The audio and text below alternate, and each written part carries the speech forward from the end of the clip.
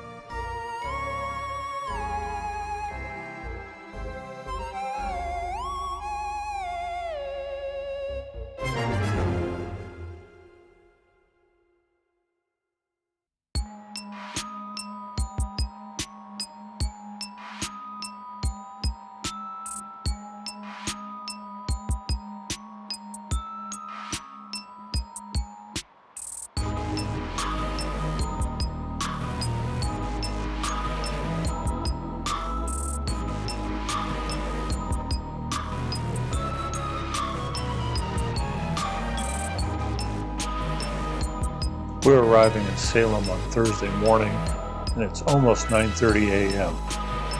Parking is slim pickings already, so don't be like us. Get there earlier if you want to park downtown.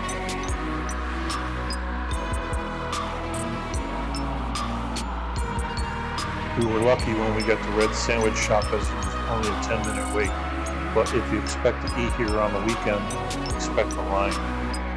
Having said that, Red's staff are probably the most professional and efficient wait staff that we've had the pleasure to see. They move people fast, but you're not rushed. Breakfast was good, and so too was the coffee. Thanks to Derek Millen for recommending Red's for breakfast.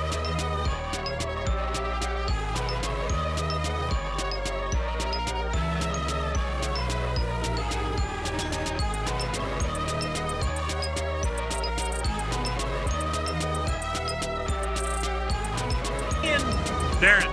Jimmy and Darren from Florida. Hey, you guys survived the hurricane? Yes, we did. Glad to see you here in Salem, Massachusetts. Today, the kickoff for the Haunted Happenings. Of course, we got the Salem Parade today. What else have you done around the area? Well, we hit up the lighthouses in the area in Cape Ann. Yeah. And one of the castles. Did you go to Gloucester yet? Yeah, we went. We ate in Gloucester. Did you pronounce it Gloucester the correct way? No, I didn't. Did you know they filmed the movie The Perfect Storm out there? I did know that. Did you go to the Crow's Nest? No, we didn't. The Crow's Nest, the official Crow's Nest, isn't the same Crow's Nest that you see in the movie. It's like a really small bar. The one in the movie is like a huge bar. So the one that's actually in Gloucester is they built a fake bar to, it's supposed to represent the one that's actually okay. Like Cheers. I was there. There's about 8 seats in there. It's a very, very small bar. Anyways, I'm glad you made it to Gloucester. I'm glad to hear in Salem. Make sure you check out this channel. What was it again? Detours. No, your channel. Oh, Backroad Exploits. Backroad Exploits and Detours out here in Salem. All right. You guys take the topic. I tried researching this topic at hand here about the National Garden and where it was founded, but everything that I read said it was founded in Massachusetts It didn't specify where. The Peabody Essex Museum was a spontaneous visit, which was somewhat of a mistake. This place is so massive, its collections are something that you can commit at least a day visiting.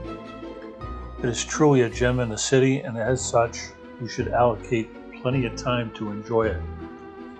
My son and I visited for about an hour in just the China exhibit alone before leaving to try and catch up with Derek for drinks. We never did find Derek again.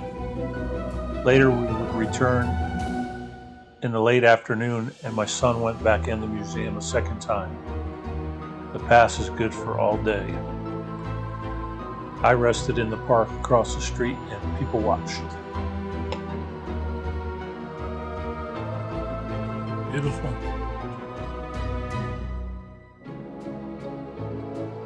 Incense burner.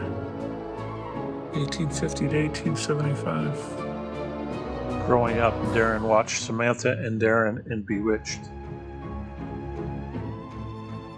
Have you ever seen a cooler police emblem before?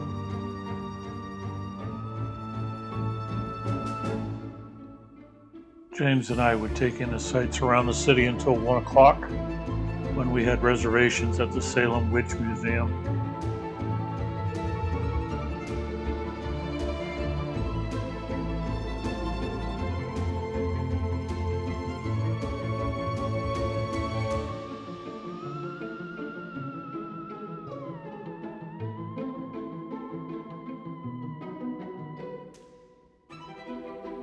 The iconic Salem Witch Museum was my biggest letdown of the day.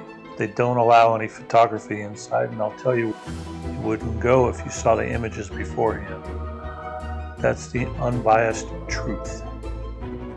You get herded into a room similar to a chapel with bench seating in the middle and all along the walls. If you make the mistake of sitting on one of the seats along the walls, a good portion of the presentation you will miss. They say you can stand up and view it, but then you'll be blocking someone else's view. This is a moot point because you really are not missing anything. The room has several life-size dioramas depicting the story they narrate to you about the Salem witch trials. The dioramas are dated and look like a 70s presentation. Now, having said the visual part of this tour is severely lacking, I will tell you the narrative was most informational and educational.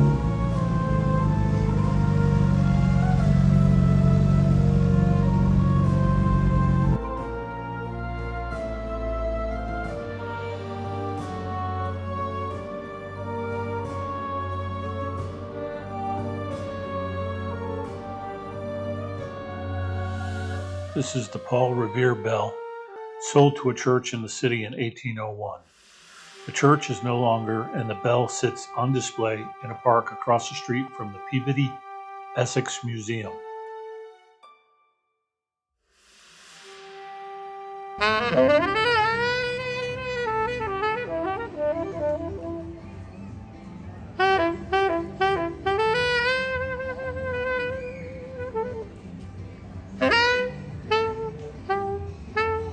One of the things that we were looking forward to was dining at the Roof Bar at Hotel Salem. Made reservations about 2 weeks in advance of our arrival in Salem to ensure that we'd be able to experience. This was a good thing because there was a line outside when we arrived. We were a few minutes early because we didn't want to be late for the Haunted Happenings parade, and the staff eagerly greeted us and accommodated us. Once we were seated, we were greeted promptly, and our drink order was before long. Our dinner arrived, and it was very good. It was a very festive atmosphere up there with people in costumes all over. What kind of tacos did you get? Oh, you got carne asada?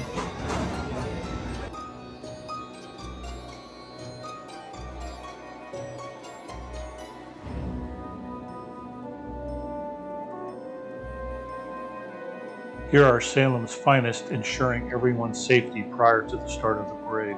Thanks so much for watching. Please give us a thumbs up if you like this content. Subscribe if you'd like to see more from us. Now we will leave you with the segments from the parade. Please join us for our next video on the Kankamangas Highway in New Hampshire during autumn.